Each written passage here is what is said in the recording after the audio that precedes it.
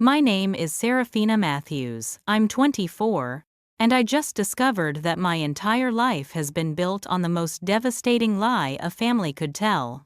What started as me casually going through old photo albums in my parents' attic while helping them move, turned into the moment that would shatter everything I thought I knew about love, loyalty, and blood family. The graduation gift disparity I'd always wondered about, it wasn't favoritism, it was guilt money.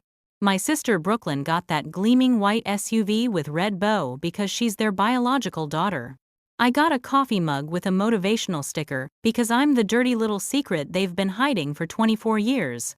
Before we dive into this family betrayal that makes every Reddit drama look tame, let me ask you something. Where are you watching from today?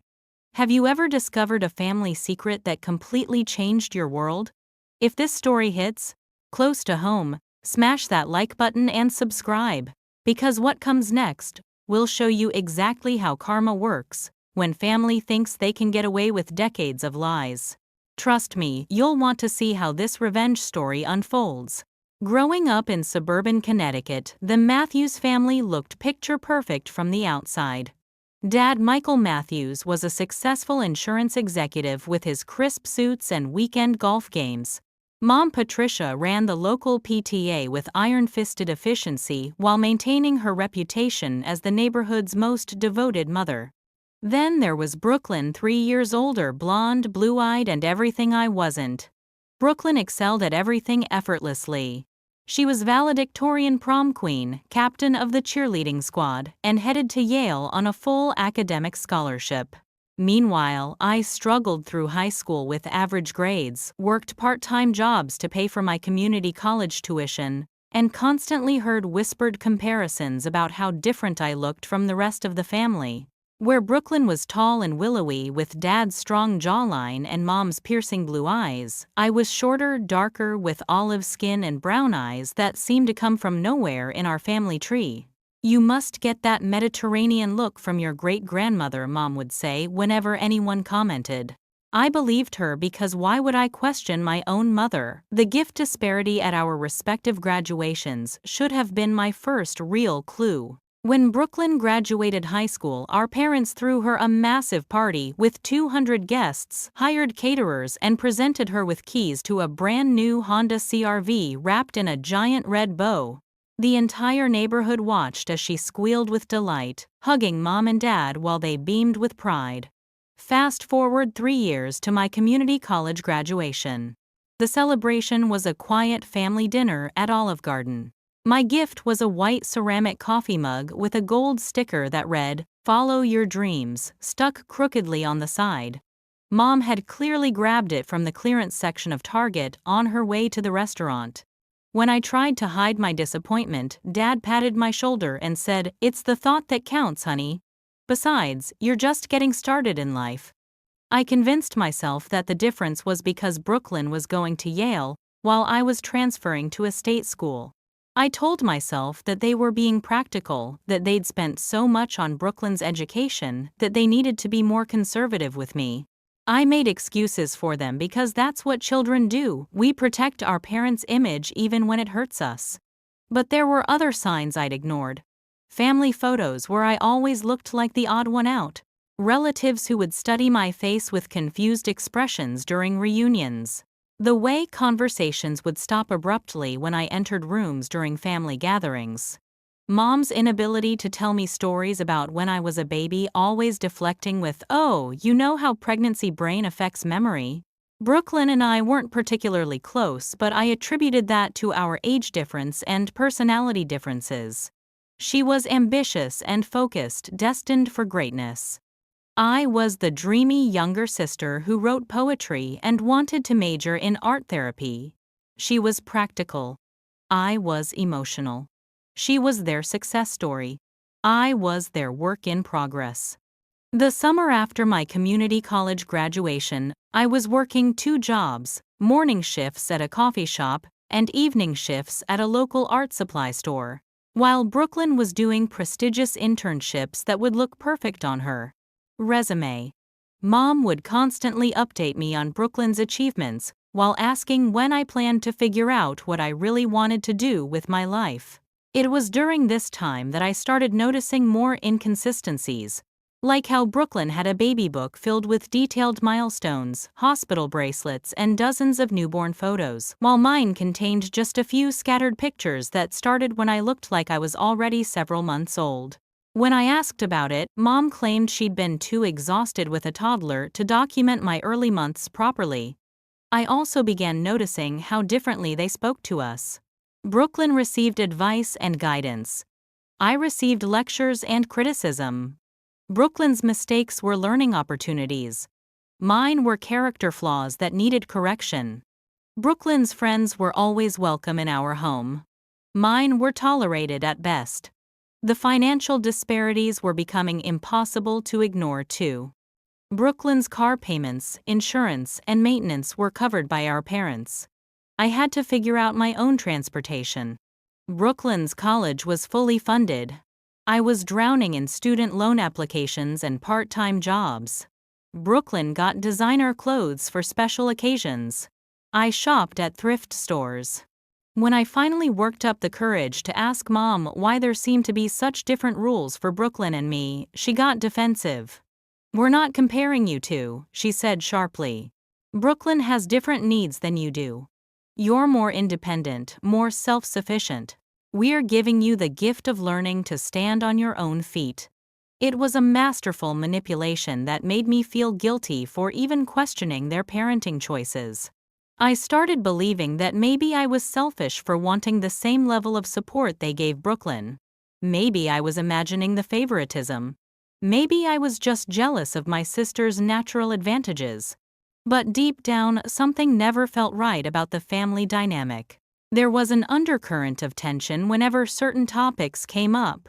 A careful choreography of conversations that kept me at arm's length from certain family history. I just never imagined that the truth was so much worse than simple favoritism. The discovery happened on a sweltering Saturday in July. Mom and Dad were finally downsizing from our childhood home to a retirement condo in Florida, and they'd asked me to help sort through decades of accumulated memories in the attic. Brooklyn was conveniently too busy with her new consulting job to help, so I spent the day alone among dusty boxes and forgotten treasures. I was methodically going through old photo albums, setting aside pictures Mom wanted to keep versus ones she was ready to donate when I found a shoebox tucked behind the Christmas decorations. It was unmarked and covered in dust, clearly forgotten in the chaos of family life. Inside were documents that would change everything. The first thing I found was a birth certificate, not mine but one for someone named Elena Rodriguez, born on the exact same date as my birthday. The hospital was listed as Street Mary's, 2 towns over from where we lived. Clipped to it was a handwritten note from someone named Maria Rodriguez that read, "Please take good care of my Elena. I cannot give her the life she deserves. Tell her I loved her enough to let her go." My hands were shaking as I continued digging through the box. There were court documents for a private adoption with my parents, listed as adoptive parents, and Maria Rodriguez listed as the birth mother. The child's name on all the paperwork was Elena Rodriguez, but someone had written Seraphina Matthews in pencil beside it. But the most devastating discovery was yet to come. At the bottom of the box was a manila envelope containing dozens of letters, all addressed to Elena in careful cursive handwriting. They were from Maria Rodriguez, my birth mother, and they were dated chronologically from my first birthday through my 18th birthday, 1 letter for every year of my life. I opened the first one with trembling fingers. "My dearest Elena," it began. "Today you turn 1 year old and my heart breaks knowing I cannot celebrate with you. I think about you every day and wonder if you're happy, if you're healthy, if you know how much your mama loves you. I hope the Matthews family is giving you everything I couldn't: stability, opportunity, and the future you deserve." Each letter was filled with updates about her life, questions about mine that she'd never be able to ask, and expressions of love that made my chest tight with grief for a relationship I'd never known existed. She wrote about learning English so she could communicate better if we ever met. She wrote about saving money for my college education, not knowing my adoptive parents had their own plans. She wrote about celebrating my birthday every year with a small cake, making wishes for my happiness and success. The letters revealed that she'd been trying to maintain contact through the adoption agency, but my parents had requested no communication. She'd respected their wishes while still pouring her heart out in these annual letters that were sent to the adoption agency, with the hope that they'd somehow reach me when I turned 18. The final letter was dated just 3 months ago, my 24th birthday.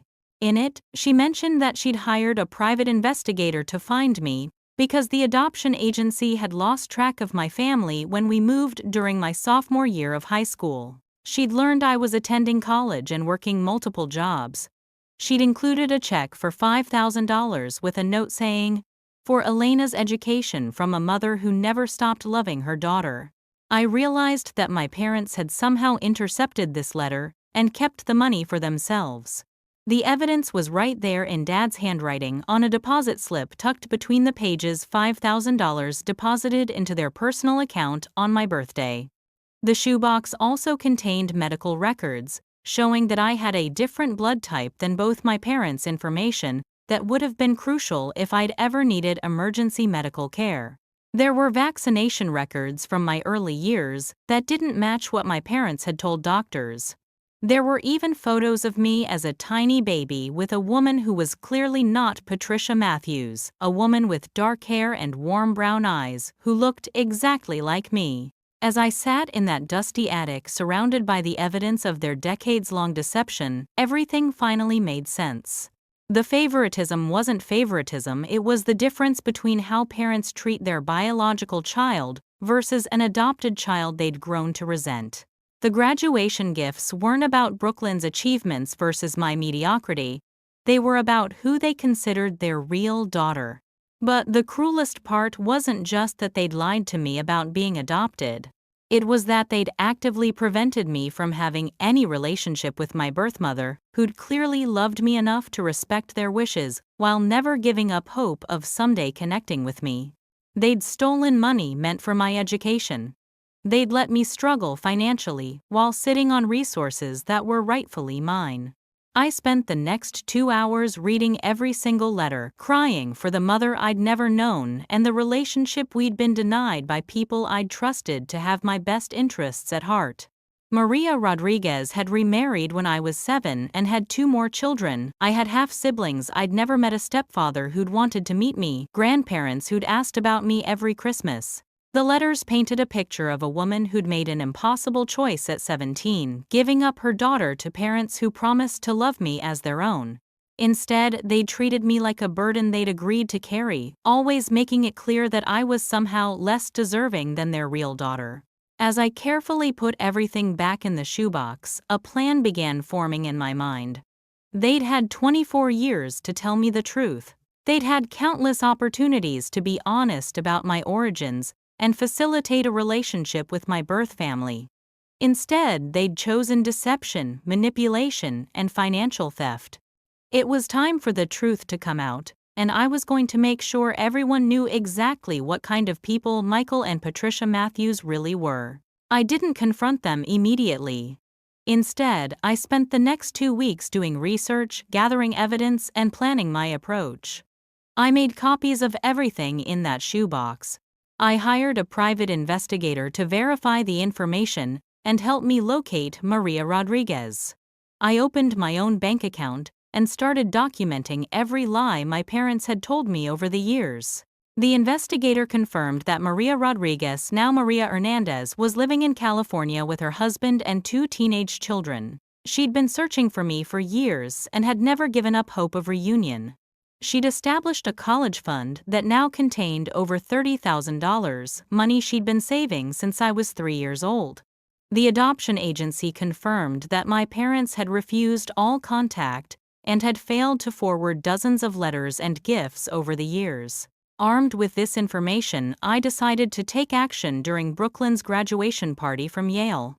Mom and Dad had planned another elaborate celebration with the extended family, neighbors, and family friends. It seemed like the perfect opportunity to reveal the truth to everyone at once. The party was held in our backyard, decorated with Yale blue and white streamers. Brooklyn looked radiant in her graduation dress, posing for photos with mom and dad while relatives fawned over her achievements.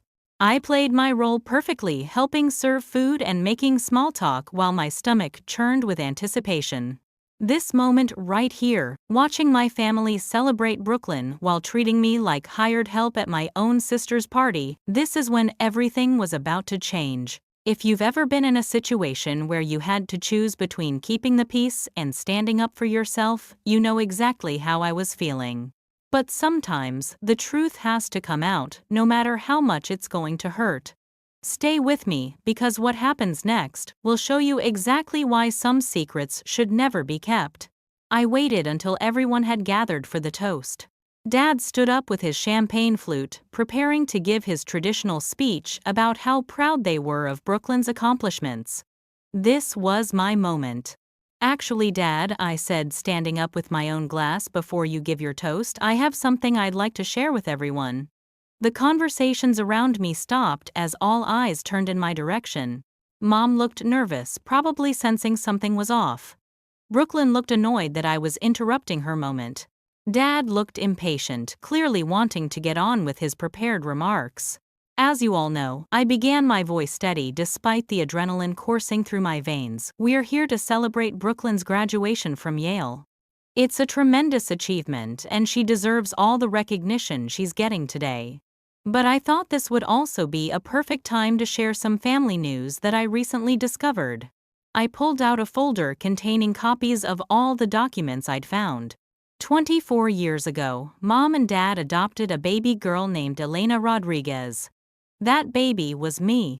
They've been lying to my face about my identity my entire life, while my birth mother, Maria Rodriguez, has been trying to contact me for years. The silence that followed was deafening. You could have heard a pin drop in that backyard full of people. Mom went pale, Dad's champagne flute started shaking in his hand, and Brooklyn looked genuinely shocked for the first time in her life. Seraphina, Mom said in a warning tone. This is not the time or place for, actually, Mom, I interrupted, using her title with obvious sarcasm. Now this is exactly the right time and place. Because I want everyone to hear about how you've been intercepting letters and gifts from my birth mother for decades. I want them to know about the $5,000 she sent for my education that you deposited into your own account. I want them to know why Brooklyn gets brand new cars and I get clearance coffee mugs. I started passing around copies of the letters, the adoption papers, and the bank deposit slips. My birth mother has been saving money for my education since I was 3 years old. She has over $30,000 set aside for me that I've never seen. Meanwhile, I've been working 2 jobs and drowning in student loans while you funded Brooklyn's entire Ivy League education.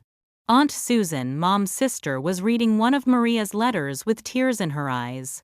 Patricia, she said softly, how could you keep this from her? This woman has been grieving for her daughter for 24 years. You don't understand, Mom said, desperately looking around at the shocked faces of our relatives and friends. We wanted to protect Seraphina from confusion. We wanted her to feel like she fully belonged to our family. By lying to me, I shot back. By letting me believe I was somehow defective because I didn't fit in, by making me think I was less deserving of love and support than Brooklyn, that's not protection, that's psychological abuse. Dad finally found his voice. Seraphina, honey, we love you just as much as Brooklyn. We never meant for you to feel, don't I said, sharply. Don't you dare stand there and lie to me again. I have documented proof of how differently you've treated us our entire lives. I have evidence of the money you stole from my education fund. I have 24 years of letters from a mother who never stopped loving me, never stopped hoping to hear that I was okay. I turned to address the entire party. Maria Rodriguez gave birth to me when she was 17 years old. She made the hardest decision a mother can make, because she wanted me to have opportunities she couldn't provide. She trusted Michael and Patricia Matthews to love me as their own daughter. Instead, they've treated me like a second-class citizen in my own family, while actively preventing me from knowing where I came from. Brooklyn was reading one of the letters, her face pale. "Sera," she said quietly, "I had no idea. I swear to God I had no idea they were doing this." "I know you didn't," I said gently. "This isn't your fault, Brooklyn. You're their biological daughter. You got the love and support that biological children get. I got the scraps because I was never really part of this family. I was just a good deed. They did that, they came to regret." Uncle Robert, Dad's brother, was shaking his head in disbelief. "Mike, how could you keep this from her? How could you keep her from her birth mother? Because we were protecting our family," Dad exploded, finally showing his true colors. "Do you have any idea how disruptive it would have been to have some woman interfering in how we raised our daughter? We adopted Seraphina legally. That made her our responsibility, our daughter. We didn't owe anybody else access to her. But you owed me the truth," I said quietly. "You owed me the choice to know my own history, my own mother. You stole that from me because you were selfish and controlling." Mom was crying now, mascara running down her cheeks. "We just wanted you to be ours completely.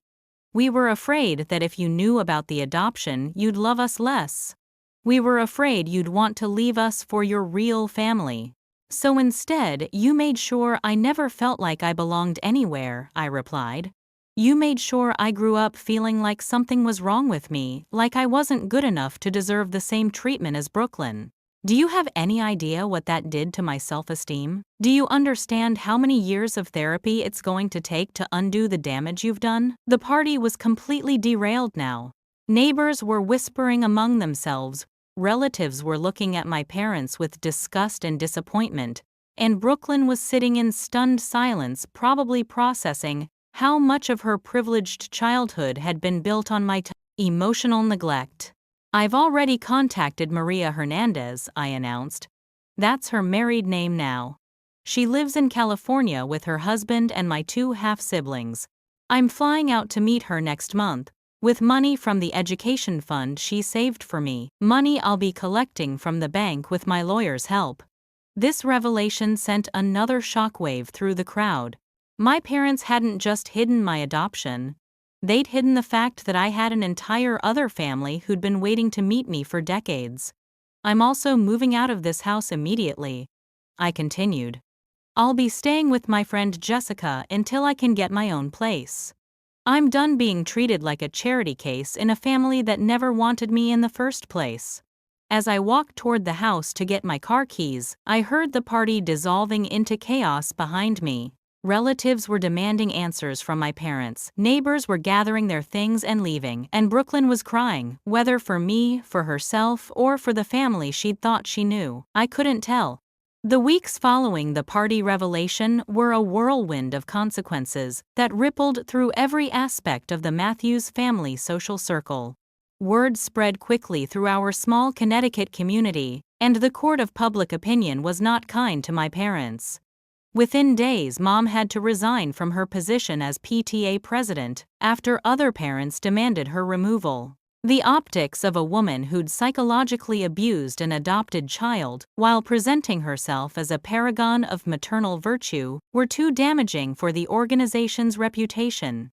Dad's golf buddies started treating him differently, and his social standing at the country club plummeted when details of the intercepted letters and stolen education money became common knowledge. Brooklyn called me 3 days after the party, sobbing into the phone. "Sera, I need you to know that I never knew any of this was happening. I feel sick thinking about how they treated you while I got everything handed to me." "I know, Brooklyn," I assured her. "This isn't about you. You didn't choose to be born into this family any more than I chose to be adopted into it. The difference is that you got unconditional love, while I got conditional tolerance." She was quiet for a long moment before asking, "What can I do to make this right?" "You can't make it right," I said honestly. "But you can acknowledge that our childhoods were fundamentally different, and stop acting like we had the same opportunities or the same level of family support." Brooklyn surprised me by not getting defensive. Instead, she said, "You're right. I got a full ride to Yale, But it wasn't just because of my grades, it was because I never had to work part-time jobs or worry about money. I could focus on academics and extracurriculars because everything was taken care of for me. You were working 2 jobs just to pay for community college while I was getting tutoring and test prep that probably cost more than your annual tuition. This conversation was the first honest discussion Brooklyn and I had ever had about the disparities in our upbringing. For the first time, she was acknowledging the privilege she'd enjoyed at my expense, even if she hadn't been aware of it at the time. Meanwhile, my parents were dealing with the social fallout from their decades of deception. Aunt Susan confronted Mom in a heated phone call that I heard secondhand. "You made that poor girl believe she was somehow defective because she didn't look like the rest of the family. You made her work multiple jobs while Brooklyn got everything handed to her. You intercepted letters from a grieving mother for 24 years. I don't even know who you are anymore, Patricia." The family dynamics shifted dramatically as relatives took sides. Mom's side of the family was largely appalled by her behavior, while Dad's family tried to defend their actions as trying to protect family unity. But even Dad's supporters couldn't justify the intercepted letters and stolen money, which were objectively wrong regardless of their motivations. The most devastating consequence for my parents came when several family members started researching adoption ethics and realized that what they'd done might have legal ramifications. Uncle Robert, who was a lawyer, informed them that intercepting mail intended for me and stealing money meant for my education could potentially be prosecuted as fraud. "You don't understand," Mom pleaded with him during a tense family meeting I wasn't invited to but heard about later. "We were trying to give her stability. We thought it was better if she didn't know about the adoption until she was older." "She is older, Patricia," Uncle Robert reportedly responded. "She's 24 years old, and you're still lying to her. And there's no legal justification for keeping money that was clearly intended for her education." During this time, I was working with a lawyer to recover the money my parents had stolen and to explore whether there were grounds for a civil suit. The $5,000 they'd deposited into their account was just the tip of the iceberg. My investigator had uncovered evidence of at least 3 other monetary gifts from Maria that had been intercepted over the years, totaling nearly $15,000. But the most heartbreaking discovery was a package that arrived at my friend Jessica's apartment where I was staying. It was from Maria, and it contained 24 birthday cards, one for every year of my life, that she'd been unable to celebrate with me. Each card contained a small gift or money with notes about what she'd hoped I was doing at each age. The card for my 16th birthday contained a gold necklace with a small heart pendant. For Elena's sweet 16, the note read, "I hope she knows how beautiful she is and how much her mama loves her." The card for my 21st birthday contained $200 and a note saying, "For Elena's celebration, I wish I could take her out for her first legal drink and hear about all her dreams." Reading these cards was simultaneously healing and devastating. Healing, because I could feel the genuine love and continuous hope in every message. Devastating, because I realized how much connection and support I'd been denied by people who claimed to love me. The most shocking revelation came when I finally spoke to Maria on the phone for the first time. Her voice was warm and melodic with just a trace of an accent that reminded me of my own slightly different inflection that I'd never been able to place. "Elena," she said, and hearing my birth name spoken with such love made me cry. "I have dreamed of this moment for 24 years. Are you okay, Mija? Are you healthy and happy?" I told her about my life, my struggles with college funding, my relationship with my adoptive parents, and everything I'd discovered in that shoebox. She listened without interrupting, occasionally making small sounds of sympathy or anger. "I saved money for your education," she said, when I mentioned my student loans. $32,000. "It's in an account with your name on it, Elena Rodriguez, because I never knew they had changed your name. I can transfer it to you immediately." "Why did you never try to fight the no-contact order?" I asked.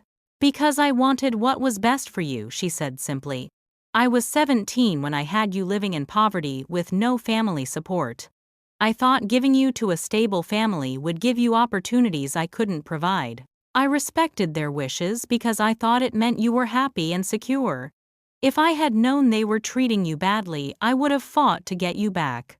This conversation revealed the full extent of my parents' cruelty. They hadn't just lied to me, they'd manipulated a young mother's sacrifice for her child's benefit and turned it into a way to control both of us. They'd kept Maria in the dark about my struggles while keeping me in the dark about her love.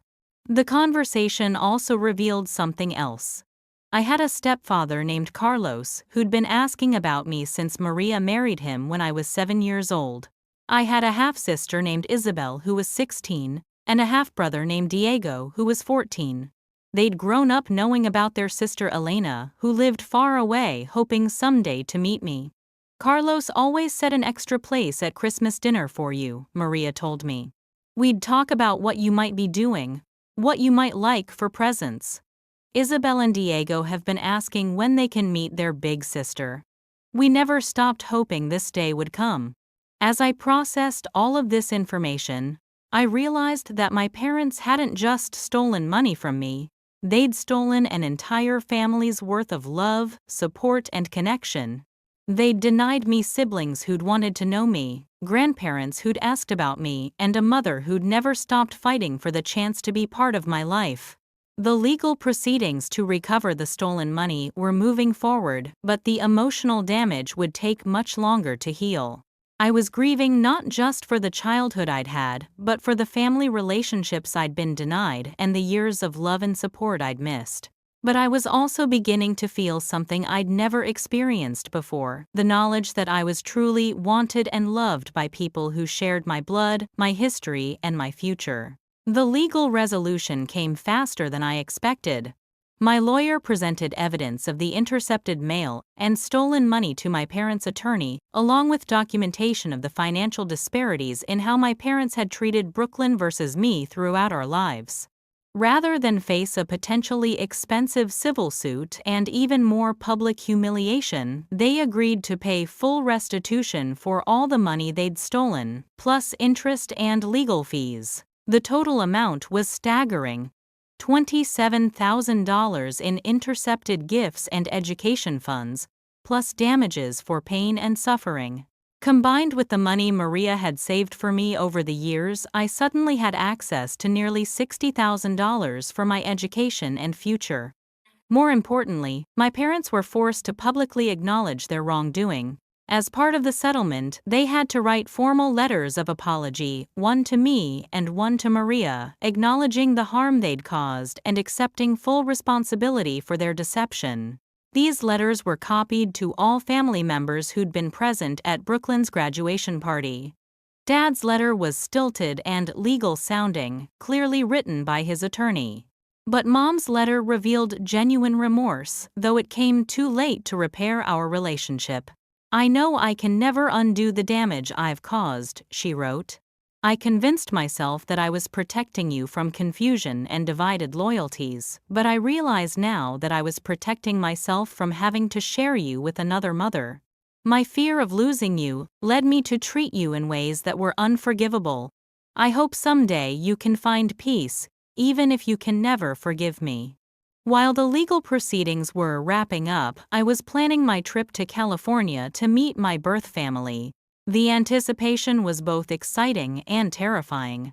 These people loved me in theory, but would they love me in person? Would we have anything in common beyond genetics? Maria and I had been talking on the phone weekly, getting to know each other gradually. She told me about her life, how she'd finished high school after I was born, worked her way through nursing school, and eventually became a registered nurse specializing in pediatric care. "I chose pediatrics because taking care of other people's babies helped me feel closer to you," she admitted.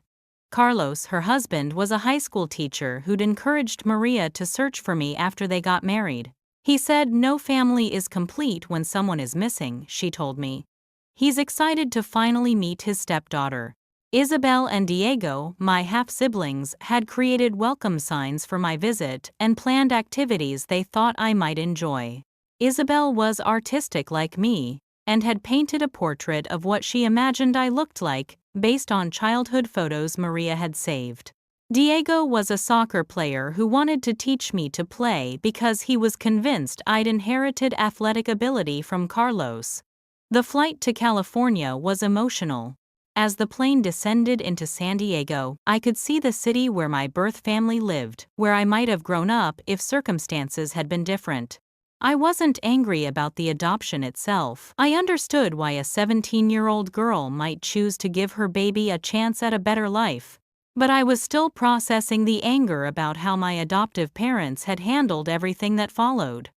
Maria was waiting for me at the airport with a sign that read, "Welcome home, Elena," in beautiful calligraphy. The moment I saw her, I understood where my artistic abilities came from. She was holding a handmade sign that could have been framed as artwork. She looked exactly like an older version of me, with the same olive skin, dark hair, and warm brown eyes that had always seemed so out of place in the Matthews family. When she hugged me, I started crying immediately. It felt like coming home in a way I'd never experienced before. She smelled like vanilla and lavender, and her embrace felt familiar even though we'd never met. "Elena," she whispered, "you're so beautiful. You look exactly like I dreamed you would." The drive to her house was filled with comfortable conversation about the flight, the weather, and her nervousness about whether I'd like the room they'd prepared for me. But underneath the small talk was an emotional undercurrent of 24 years of love finally being expressed. When we arrived at her house, Carlos and the kids were waiting in the front yard. Carlos was tall and warm, immediately wrapping me in a bear hug and saying, "Welcome to the family, Mija. We've been waiting so long to meet you." Isabel and Diego were initially shy, but quickly warmed up when they realized I was genuinely interested in getting to know them. The house was filled with evidence that I'd never been forgotten. There was a bedroom that Maria had maintained as Elena's room for years, decorated with artwork she'd chosen, hoping I'd like it. The walls were covered with drawings Isabel had made of her imaginary big sister over the years. And Diego had saved half of his allowance for months to buy me a welcome gift. A beautiful journal where I could write about our family adventures. But the most overwhelming part was the photo albums Maria had kept. She'd documented every milestone she'd imagined. I might be reaching pictures of cakes for birthdays I'd celebrated elsewhere, photos of places she'd visited while thinking about me, images of Isabel and Diego growing up, with stories about their missing sister. "I never stopped believing we'd find each other," she said, as we looked through the albums together. "Even when years passed without any contact, I knew in my heart that love would find a way." The week I spent in California was transformative. I learned that I'd inherited Maria's love of cooking and Carlos's sense of humor. I discovered that Isabel shared my passion for art and poetry, while Diego and I bonded over our shared tendency to make terrible puns that made everyone groan. Most importantly, I experienced what unconditional love felt like for the first time in my life.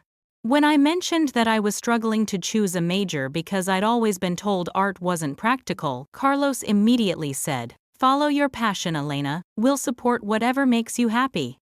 When I worried about imposing on their family dynamic, Maria said, "You're not imposing, you're completing us." The contrast between this acceptance and the conditional love I'd received from the Matthews family was stark. Here I was, valued for who I was, not criticized for who I wasn't. My questions were answered honestly, my feelings were validated, and my presence was celebrated rather than tolerated. On my last day in California, we had a family meeting where Maria, Carlos, Isabel, and Diego officially invited me to be part of their family in whatever way felt comfortable to me. They weren't trying to replace the relationships I'd had, they were offering to fill the emotional void that had always existed in my life. "You don't have to choose between families," Maria said gently. "You can love whoever you want to love, and be connected to whoever makes you feel valued. We just want you to know that you always have a home here, where you're wanted exactly as you are." As I prepared to return to Connecticut, I realized that my story wasn't just about exposing my adoptive parents' lies. It was about finding where I truly belonged, and understanding that love doesn't have to be limited or conditional. I was flying back not as the lost daughter who'd been searching for her identity, but as a woman who'd found her roots and discovered that her birth family's love had been waiting for her all along. Returning to Connecticut after my week in California was like stepping back into a black and white movie after experiencing life in full color. Everything about my old life seemed muted and artificial compared to the genuine warmth and acceptance I'd found with my birth family. The first person I called was Brooklyn, who'd been texting me daily asking about my trip. When I told her about meeting Maria, Carlos, Isabel, and Diego, she listened quietly before saying, "Sarah, they sound like everything our parents should have been for you. I'm so glad you found them." "They are everything your parents were for you," I corrected gently. "The difference is that my birth family chooses to love me, while the Matthews family always made me feel like their love came with conditions and limitations." Brooklyn was quiet for a moment before asking, "Do you still consider me your sister?" "Of course I do," I said immediately. "You're the sister I grew up with, even if our experiences in the same house were completely different. But now I also have Isabel and Diego who've been wanting to meet their big sister their entire lives. I'm lucky enough to have siblings in both families." This conversation highlighted something important. My healing wasn't about cutting everyone out of my life, but about setting boundaries with people who'd hurt me, while embracing the love that had always been available if I'd been allowed to access it. My relationship with my adoptive parents, however, was irreparably damaged. When I returned from California, I found dozens of missed calls and text messages from them, ranging from angry demands that I stop destroying the family to guilt-laden pleas for forgiveness. The final straw came when Mom showed up at Jessica's apartment where I was staying, demanding to talk. "You've gotten your revenge," she said, through tears. "You've humiliated us publicly, taken our money and turned the family against us. What more do you want?" "I want you to understand that I'm not your victim anymore," I replied calmly. "I want you to understand that Maria Rodriguez isn't your enemy. She's the woman whose love you stole from me for 24 years. I want you to understand that your financial restitution doesn't erase the emotional damage you caused by making me believe I was somehow less deserving of love than Brooklyn. We did love you," she insisted. "We just loved you differently." "You loved Brooklyn unconditionally," I corrected. "You tolerated me conditionally, and when your condition was that I never discover the truth about my origins, you crossed a line that can never be uncrossed." That conversation was the last time I spoke to Patricia Matthews as someone seeking her approval or understanding. I'd finally reached the point where I no longer needed her validation to feel worthy of love. The karma aspect of this story became clear over the following months. My parents' reputation in their social circle never recovered. Dad's business suffered as word spread about their treatment of an adopted child, and Mom's applications to volunteer with several children's charities were rejected once board members learned about her history. They'd built their social status on projecting an image of perfect parenthood, and that image was permanently shattered. Brooklyn graduated from Yale, but struggled with guilt about the privileges she'd received at my expense. She ended up using part of her trust fund to establish a scholarship for adopted children attending community college, a gesture that meant more to me than any apology could have. The most satisfying form of justice came when Maria decided to visit Connecticut to see where I'd grown up. She wanted to understand the environment that had shaped me, and she also wanted to have a conversation with my adoptive parents. When Maria called to request a meeting, Mom initially refused. But when Maria mentioned that she was considering sharing her story with local media to raise awareness about adoption ethics, Mom quickly agreed to meet. I wasn't present for their conversation, but Maria told me about it afterward. I wanted to look them in the eyes and ask them how they could intercept letters from a mother to her daughter for 24 years, she said. I wanted them to understand that their decision to cut off contact didn't just affect you. It affected an entire family who loved you. According to Maria, Mom broke down during their conversation, admitting that she'd been jealous of Maria's genetic connection to me and afraid that I'd choose my birth family over my adoptive family if I knew the truth. She said she convinced herself that keeping us apart was protecting you from divided loyalties, Maria told me. But really, she was protecting herself from having to compete for your love. Dad was less remorseful, apparently, arguing that they'd provided me with opportunities Maria couldn't have given me. Maria's response was perfect. I gave Elena to you because I trusted you to love her as your own daughter. Instead, you treated her like a consolation prize while lavishing unconditional love on your biological child. I could have raised Elena in poverty with more emotional security than you provided her with all your financial advantages. The meeting ended with Maria making it clear that she wasn't seeking their approval or forgiveness. She was simply letting them know that they'd failed in their fundamental responsibility as adoptive parents, and that failure had consequences that extended far beyond our immediate family. 6 months after the graduation party revelation, I made a decision that felt both liberating and terrifying. I legally changed my name back to Elena Rodriguez and enrolled in art therapy graduate school in California, using the education fund Maria had saved for me. Moving across the country felt like the final step in reclaiming my identity. I was no longer Seraphina Matthews, the adopted daughter who never quite fit in. I was Elena Rodriguez, a woman who understood where she came from and where she was going. My first semester in graduate school was challenging but fulfilling in ways I'd never experienced before. For the first time in my life, I was pursuing my passion without worrying about whether it was practical enough to earn my parents' approval. I was studying something that would help other people heal from trauma, inspired by my own journey toward wholeness. Isabel visited me during winter break, and we spent hours creating art together while talking about our dreams for the future. Diego called me every week to tell me about his soccer games and ask for advice about high school drama.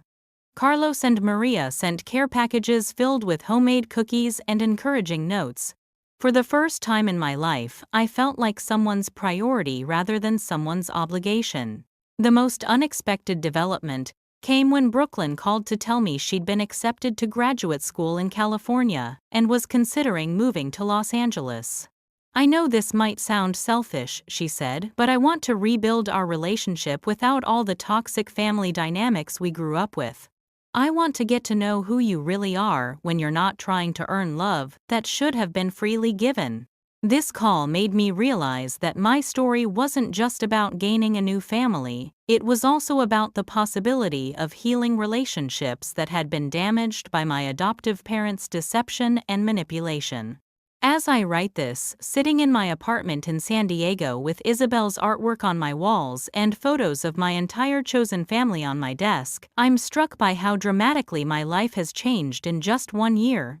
I went from feeling like an outsider in my own family to being surrounded by people who celebrate my existence rather than tolerate it. The graduation gift disparity that started this whole revelation, Brooklyn's SUV versus my clearance coffee mug, now seems like such a small symbol of a much larger pattern of devaluation and neglect. But it was that pattern that led me to question everything, to dig deeper, and ultimately to discover that I'd been loved all along by people who'd been kept away from me by individuals who claimed to have my best interests at heart. To anyone watching this who's ever felt like the outsider in their own family, who's ever wondered why they don't quite fit in, who's ever been treated like they should be grateful for receiving less love than others around them, I want you to know that your feelings are valid. Your worth isn't determined by other people's ability to love you properly, and sometimes the family that chooses you loves you better than the family you were born into or placed with. Have you ever discovered a family secret that changed everything you thought you knew about your life? Have you ever had to choose between keeping the peace and standing up for your own worth? I'd love to hear your stories in the comments below, whether they're about family drama, finding justice after being wronged, or discovering that love was waiting for you in unexpected places. If this story resonated with you, please hit that like button and subscribe for more real-life stories about family karma, justice served, and the power of choosing your own happiness over other people's comfort. Share this video with anyone who's ever felt like the outsider in their own family. Sometimes knowing you're not alone in these experiences is the first step toward healing. Thank you for listening to my story and for being part of my journey toward finding where I truly belong. Remember, you deserve unconditional love, honest communication, and the truth about your own life. And if you're not getting those things from the people who are supposed to provide them, it's okay to look elsewhere for what you need. Life has a funny way of making sure the truth comes out eventually, and karma has a way of making sure people face the consequences of their choices. Sometimes the best revenge isn't planning elaborate payback, it's simply living your best life, surrounded by people who value you exactly as you are.